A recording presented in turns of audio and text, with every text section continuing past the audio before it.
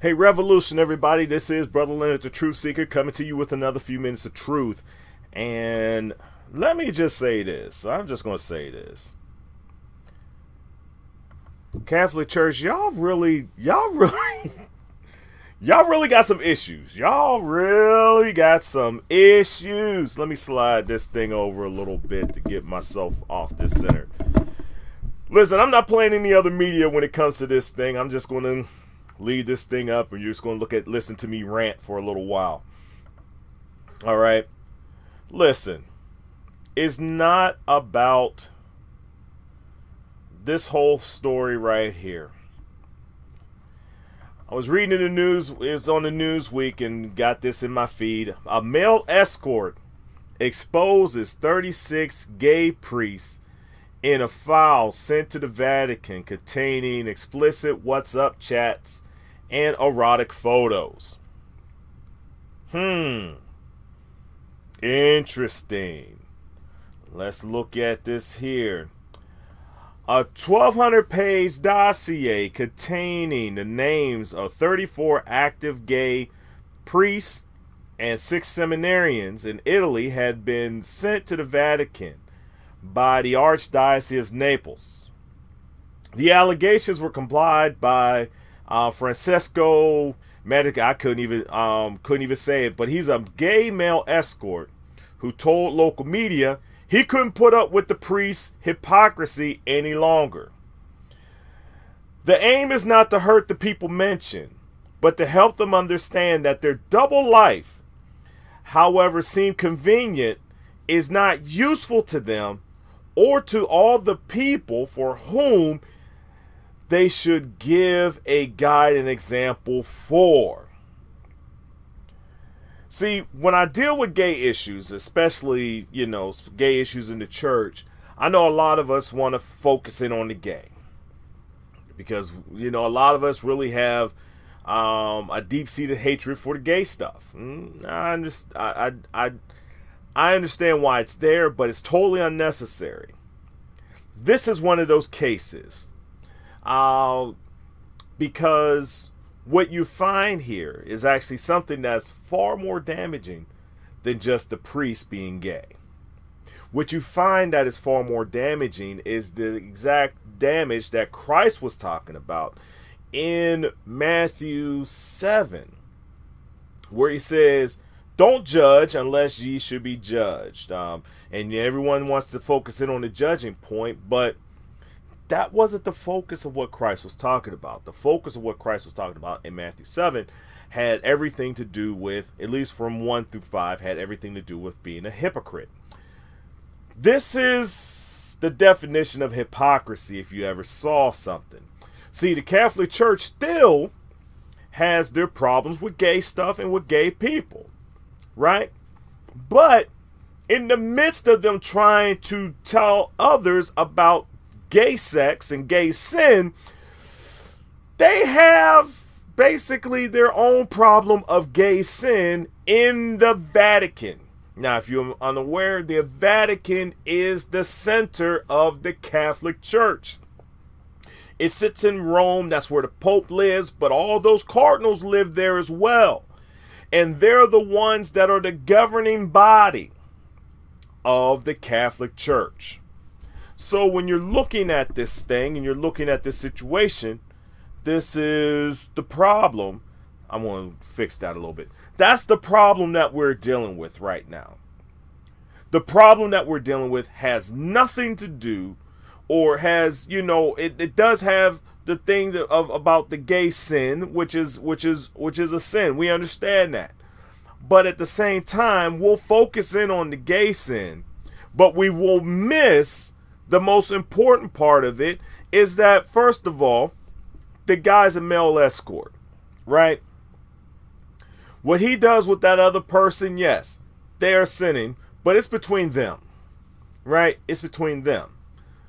But the problem with this hypocrisy of the Catholic priests basically saying to all these other folk that being gay is bad for them. They saying that being gay is bad, but they want to take out the speck out of other folks' eye when they got the beam or the pole stick in their own eye. That's what Jesus was talking about. That stick is far more damaging, not only to the person that's judging, but is also damaging to the people that's around them, because that stick can snap people upside the head. But that's neither here. That's another story for another day. But see, it is those things that help to give the church a bad representation of what we are to do as believers. Okay? This story, it broke, and a lot of folk have been reporting on it. I just wanted to put my little 2 cents in on it, on this. And as you're reading it, I know that a lot of folk want to stick on the gay stuff, which is okay. I understand. I'm tired of fighting y'all on the gay stuff. I really am. But at the same time, you miss the most important parts of these stories because you allow your hatred for gay stuff to overshadow the real issue of hypocrisy. And for the most part, in all these things that I deal with and all these issues that I deal with it from the essence of somebody is being a hypocrite in their way of doing things, in the way that they're justifying things. Whenever I deal with a preacher who, for example, rapes a kid, they know it's wrong. We know it's wrong. The kid, everyone knows it's wrong, but they begin to justify it and how they and they may even preach about it. And that's the one thing. They'll preach about how wrong it is. There's your problem. All these situations, has to deal with these situations and has to deal with these things. I've said this on my social media about a week or so ago, that all problems in the church can be traced back to one fundamental problem. And that fundamental problem has to do with lack of accountability. The Cardinals, for thousands of years, or however long that Cardinal thing has been about, they have run amok throughout the centuries because of lack of accountability. This here is another issue. The reason why there are young people and people all over across this world claiming that priests were molesting them and raping them when they were altar boys or children in the schools, and all these scandals that have gone on since about 2000 and on in currently. The reason why all this stuff happens is because of lack of accountability. Because when the priests were found out, guess what? They were sent from the parish that they were raping to another parish that didn't have anything to do with them, and they were sent there, and they were raping over there. And then when they got done raping over there, they would be sent to another parish where they would start raping over there. And then now you have here the residuals of these fools right here. These fools right here. You have them. And they're showing you that these guys right here, they still haven't stopped. They still haven't stopped. They still haven't stopped with their hypocrisy. And now, instead of using children, which I'm glad that they're not using children, not using children. And I'm going to say this too. They're using the male escort. But let me say this too.